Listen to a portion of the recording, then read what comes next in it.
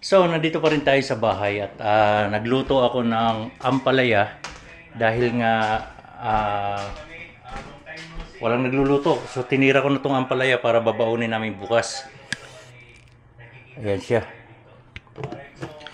So, yun, madaling araw kami alis ni Stay Positive.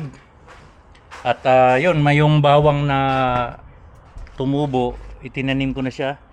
Diyan ko siya tinanim, nilinis ko ito. Hindi pa rin marilinis pala masyado, no? Pati yung patatas itinanim ko diyan. Magrambulan na lang sila diyan. Nasa gilid yung bawang, doon banda yung patatas. Pinuno ko 'yan. So yan. Kalat pa, di ba? Oo nga pala, yung pickup truck ay merong engine lights on. So, titirahin natin ngayon yan. Tawagin ko rin yung anak kong bunso para malaman niya kung paano mag-scan. Tawagan natin.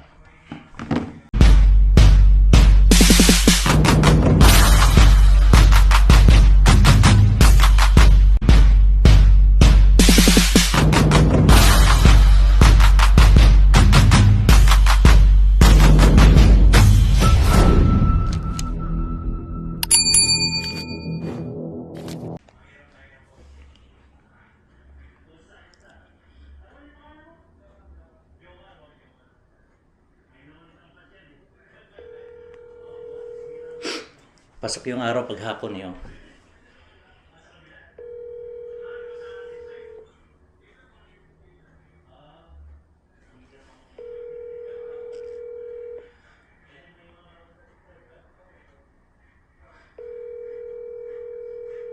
Your call has been...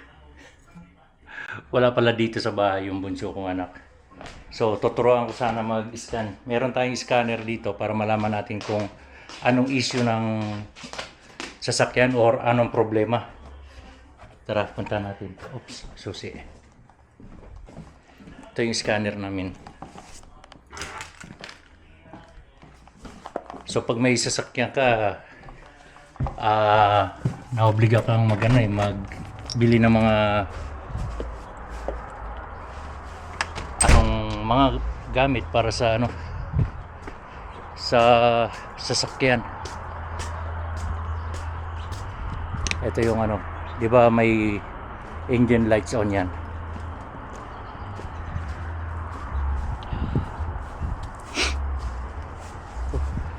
Bukas yung mga kapitbahay natin, busy rin sila.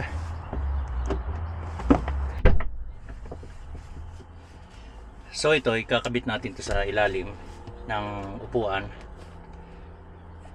So naka-power naman siya. Parang ipa-power lang natin siya. Yan. Yan, ganyan. I-on lang natin siya.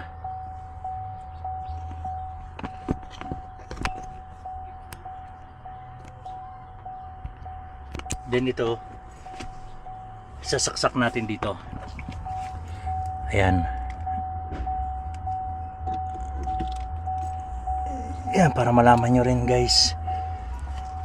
Ayan o.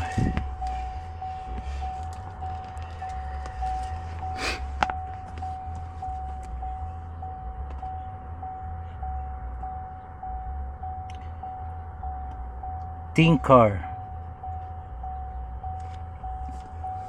Nag-scan siya.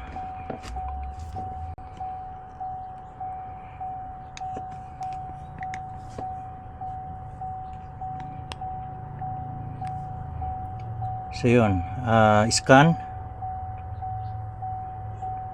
Tapos anong klaseng unit? American, Chevrolet,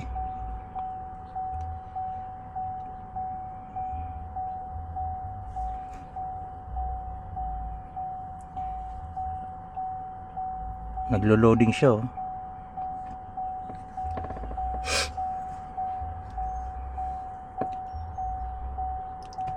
So, manually select or automatic. Read VIN vehicle identify number. Yes. Turn ignition on. So yan, naka-on na yan, oh. Oh, i-on natin ulit.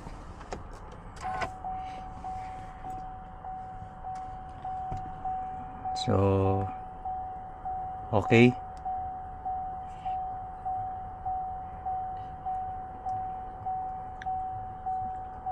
(2020) yes.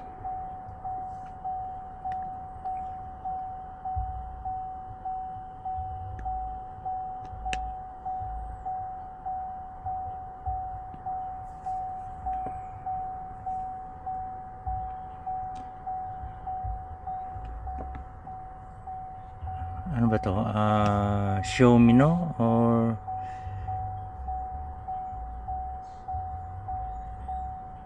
hindi ko alam kung nagre-reading na. Automatically search. System scan.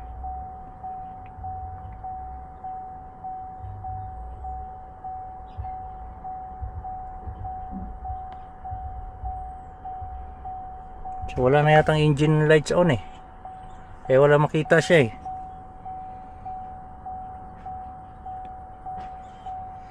Health report.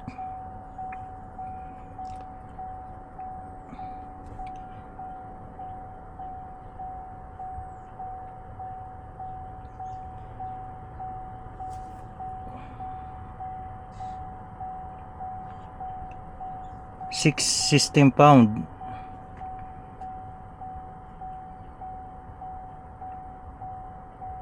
Electronic brake control module. Brake system. Transmission, okay. Yung brake system niya lang. Low voltage, brake system control abnormal.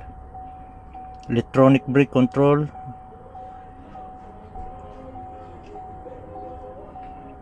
Engine control module ECM abnormal.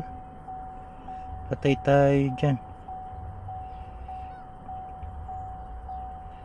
So, picturean ko lang.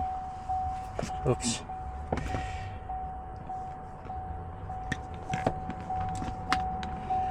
Para diagnose ni Christian yan.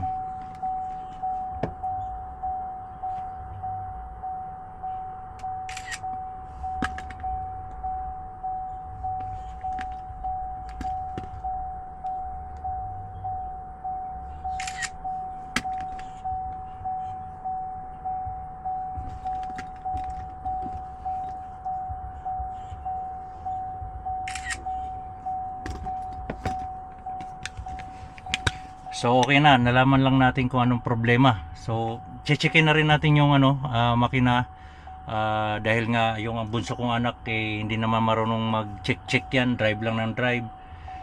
Start vehicle to view application. Start vehicle pala. Start natin.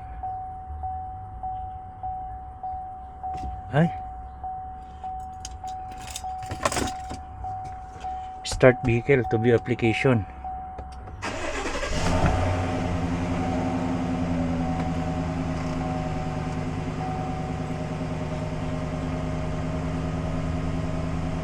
Nandiyan pa rin.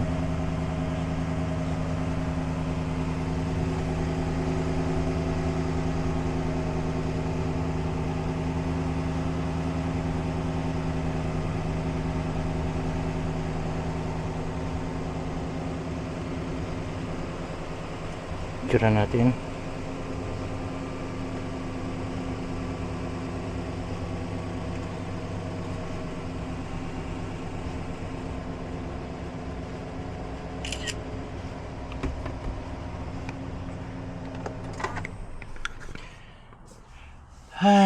Problema ng sasakyan. Pero check natin yan. Basic lang yan. Kung anong naging problema. Hindi naman siya naglo-low power, kaya hindi yan big deal. Bunutin na natin.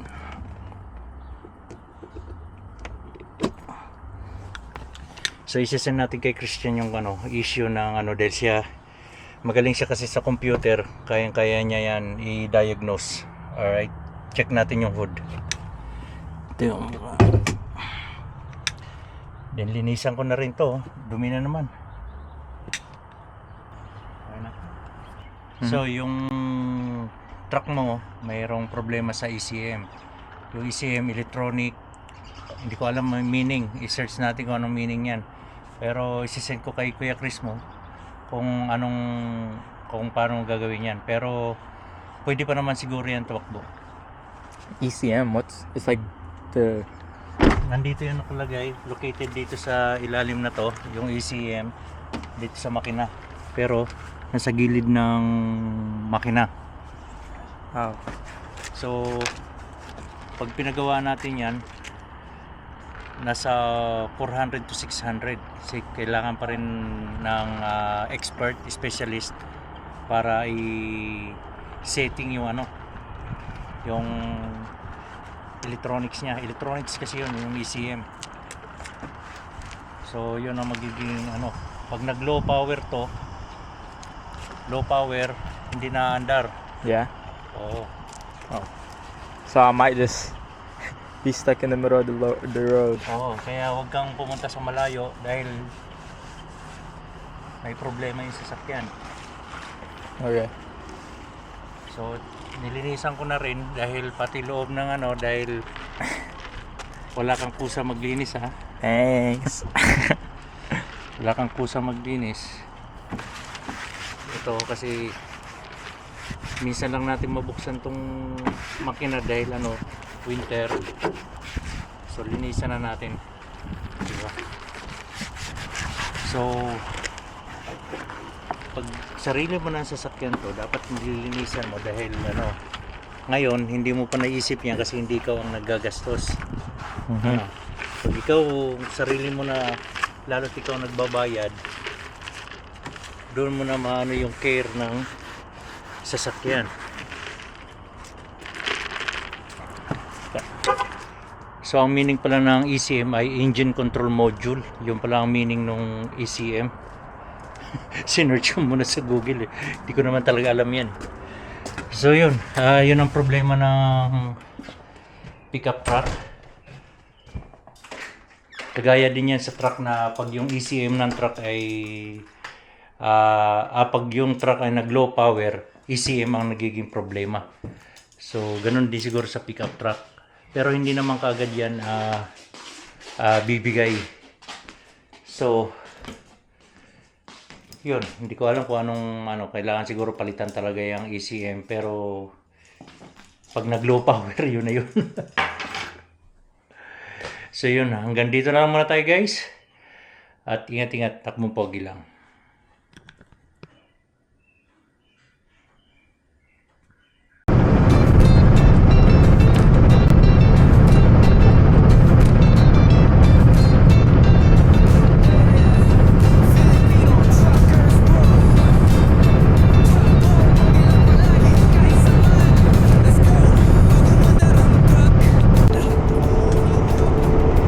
Haba ng tren.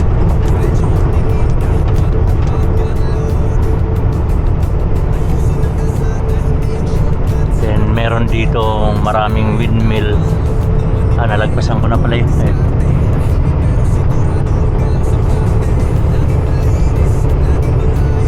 Haba puro container.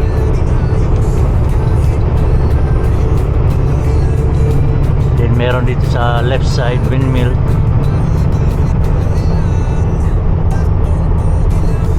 So shout out kay Pinoy Heavy Haul dahil isa siya sa mga humihila ng ganyan na load. Yan.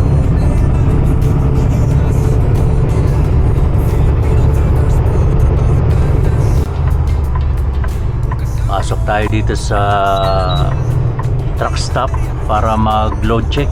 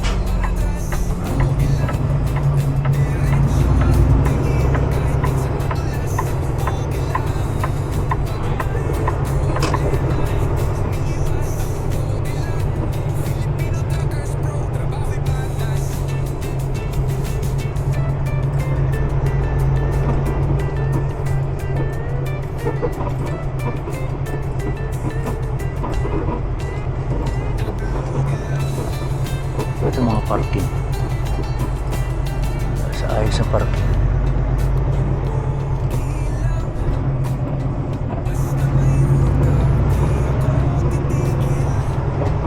Tayo. Mayroon kasi wala sa ayos ang parking eh.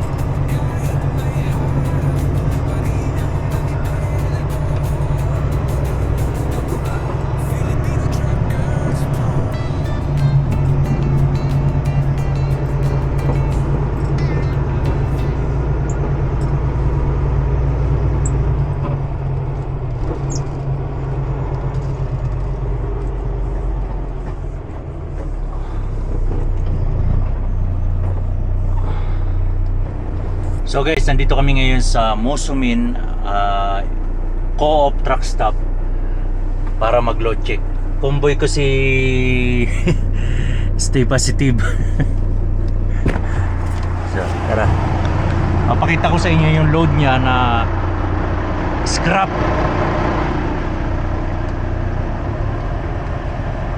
I-idle lang natin. So, scrap yung load niya. Ayan. So yung load na yan ay mahirap anuhin yung load na yan kasi nga scrap. Pag ganyan ang pangarga nyo, double check nyo lagi guys yung ano, patong-patong na may mga nakasingit yan ng mga maliliit na bakal. So yan, hindi pwede na konti lang strap dito, kailangan talaga maraming strap tulad nya, no. Pinadouble check ko sa kanya yan na baka may mga nakasingit na maliliit dahil yan, yung bakal na yan ay mga ano, yung mga pinagkatingan ba ng mga square ano. So delikado, magaan lang siya pero ano, ayan yung ano. So yan, convoy kami ni Stay Positive. Dito kami ngayon sa Mosumin. Ayan, sagana talaga to sa plastic corner dahil walang mga nakasingit yan na ano. Wala namang malalaglag dito. So. Eh doon sa ano, ayan, may mga tinanggal ka dyan na maliliit na bakal. Wala, kasi nasabihin na eh. Nasabihin na. Kasi nung nagkarga ako nung nakaraan yan, ang daming mga nakasingit dyan ng mga square na maliliit. So mahirap na tiwala lang guys, kailangan i-check nyo sa taas kasi alugin nyo lahat. Alugin? Oo. Kasi pag kumalog, delikado yan. Ito scrap din ang laman yan, di ba? Ito punong-puno na. Puno ng mga scrap. So yung ano mo, timbang mo magaan lang. Para may karga lang ako ng papel kahit mga stainless yan. Magaan lang, ano? Sobrang gaan. Dito sa pop, kaya magaan din sa pop. Oh, lutang yung gulong mo eh, oh. Sobrang gaan. Oo, lutang yung mga gulong. Ito nga guys, oh, yung paggamit ng portable strap, oh. Ito ang ano, pinaka easy way na pag roll. Kailangan nakaipit ng ganito. Huwag kayong magtitiwala sa napapanood nyo sa YouTube na iniikot-ikot na ganon. Oo. Kasi katagalan lumalambot yan. Lilipad. Luluwag. Luluwag yon. Yung ano, maganda lang yon kung hindi tumatakbo, malapitan lang. Pero pag malayuan, katulad sa biyahe namin, ilang araw. Lumilipad yan kasi umaalog, natatanggal, lumuluwag. Pang YouTube lang yun. Huwag nyung gagayahin. Ito, yan ang proper way or pinakamagandang diskarte. Habang humihigpit to, sumisikip din yan. Kahit anong hangin yan, kahit anong hila, hindi matatanggal. Ayan. So saan papunta yan? Papuntang Concord, Ontario, pero baka drop yard lang to. So baka rin na drop to the yard din tong akin dahil Peterborough, alanganin na, Wednesday na ngayon. Oo. Kaya Sakto lang talaga makapunta sa yard. okay, tara. Tire check ako. Tapos mag-CR muna tayo kasi ang haba ng binahe, ang laki ng stick T. Kailangan mag-CR. Sige. Dito sa Co-op guys, ano yan, yung walang lock yung ano, pwede sa tindahan lang dadaan tapos libre CR, libre shower. Itong Co-op na to dito sa Mosumin, ha.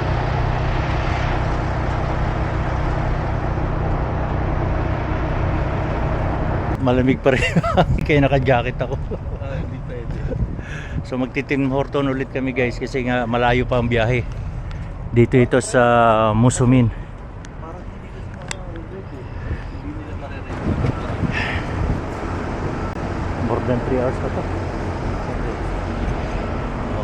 Baka sa Portage mag-load check tayo.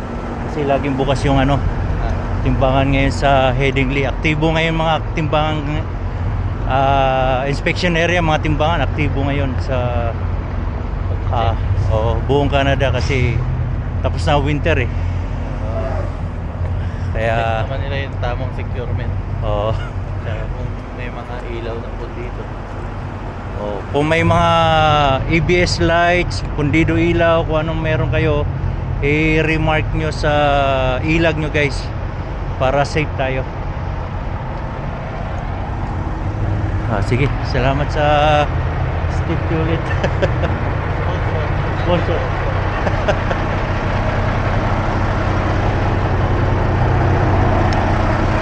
Let's go.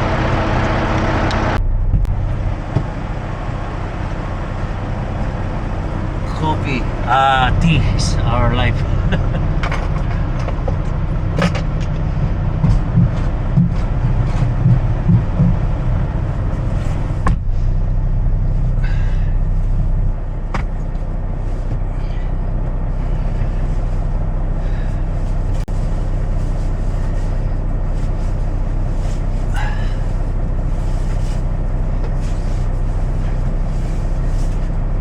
Let's go.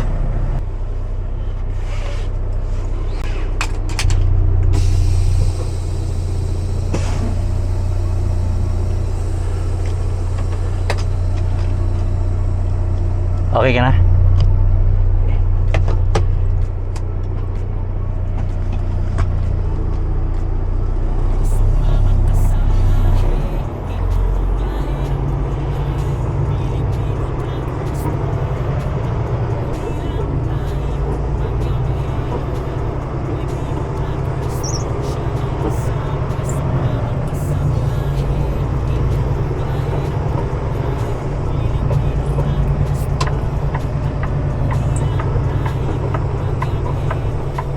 Stop sign, kahit clear, stop pa rin tayo.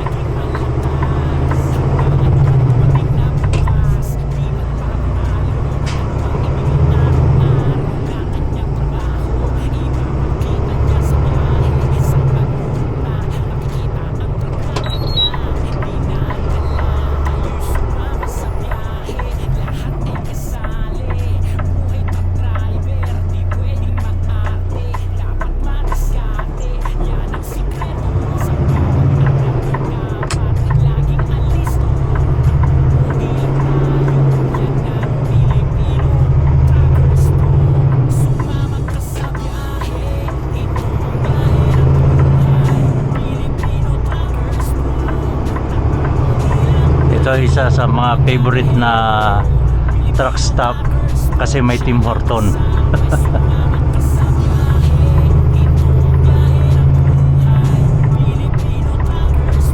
Hazard lagi guys sa pag below 80 km per hour kasi ito yung highway na 110 km per hour ang speed limit. So kailangan pag slow moving naka 4-way lights tayo. Kaya kung mapapansin nyo naka 4-way lights ako. Ayan o.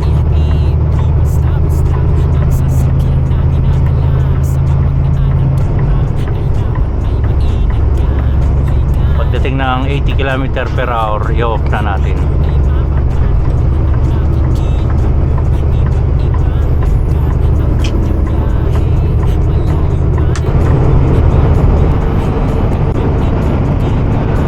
Tulin ah.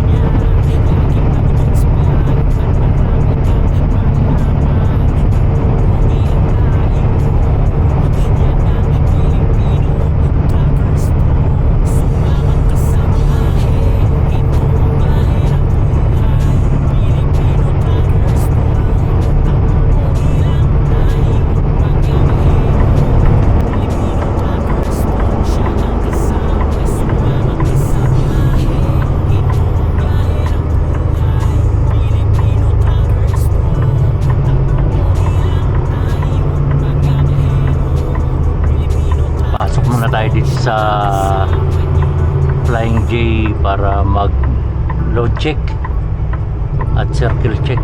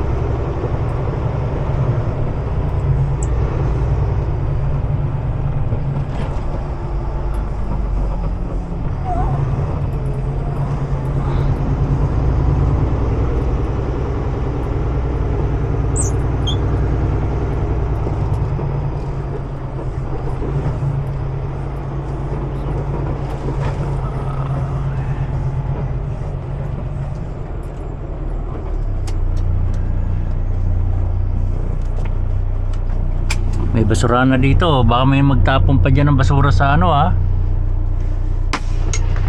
Sa ano yan oh. So guys, basta every 2 to 3 hours kailangan natin mag circle check or mag load check kasi flatbed kami. So napaka-importante sa amin yung load check tsaka tire check. Kaya kailangan talaga may circle check tayo every 2 to 3 hours.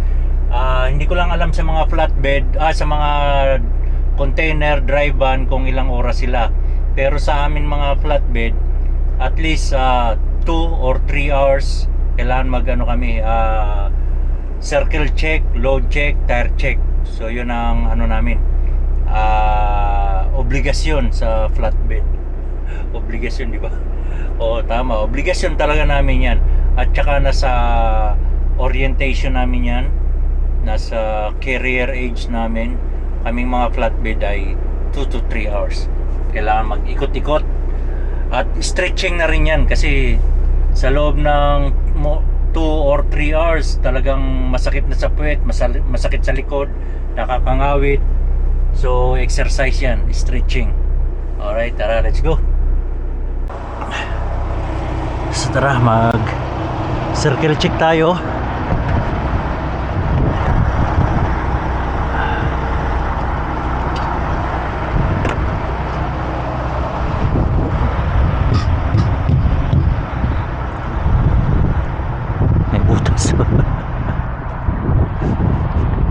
Mura ang diesel dito at $2.22.9.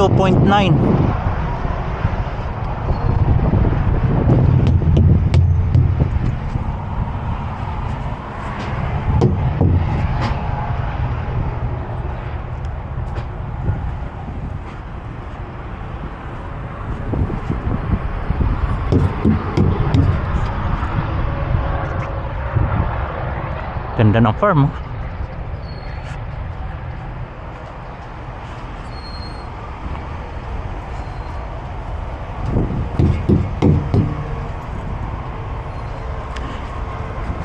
Ito hindi gaano hindi higpitan kasi may groove ito yung ano, kahoy.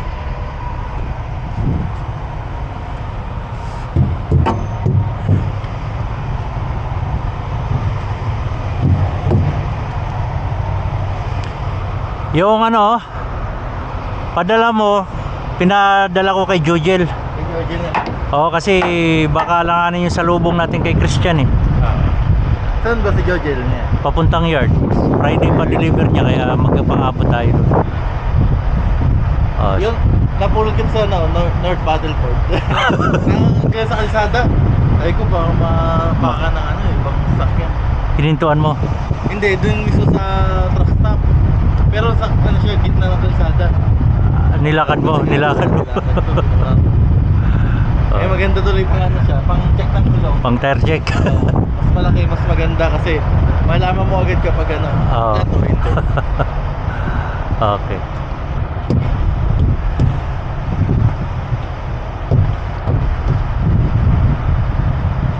Ito yung mga corner guys, matalas yan, kaya kailangan talaga may plastic corner. Kung wala kayong plastic corner, carpet pwede. Ano, mahigpit talaga. Ito nagwe-wave, stainless eh.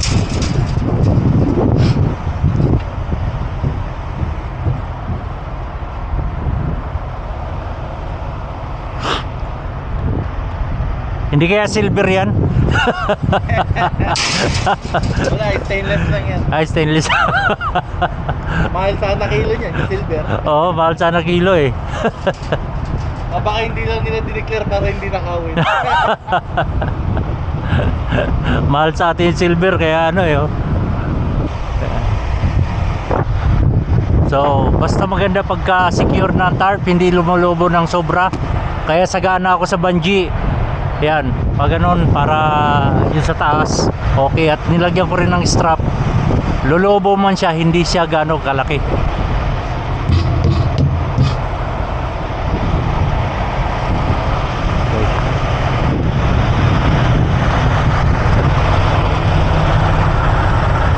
So may basurahan na dito ha, wala na magtatapon doon na tulad ng ganyan no. Dito niya itapon sa basurahan para malinis naman tong lugar na to. Tama, may nagtatapon pa rin, malaki ng basurahan, bago na to, bagong basurahan. Okay, tara, let's go.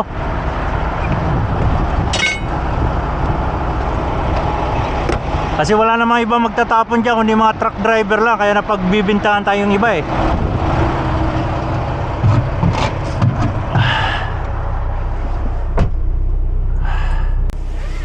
Let's go.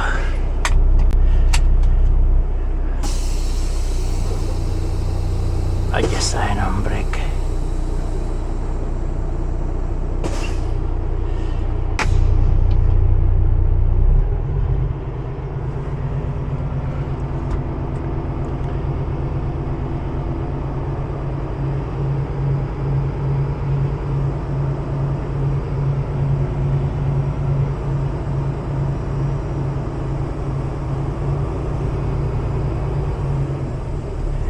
Okay.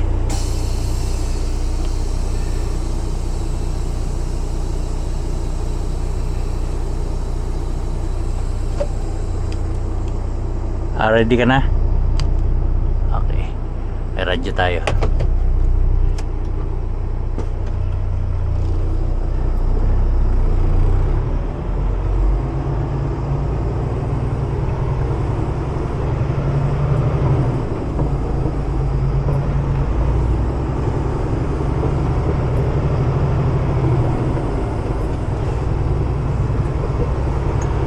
So, $2.22.9 nagmumura na ngayon ano. Nagro-roll back na sila. At ang gasolina 155.9 dito. Sana tuloy-tuloy na ang rollback.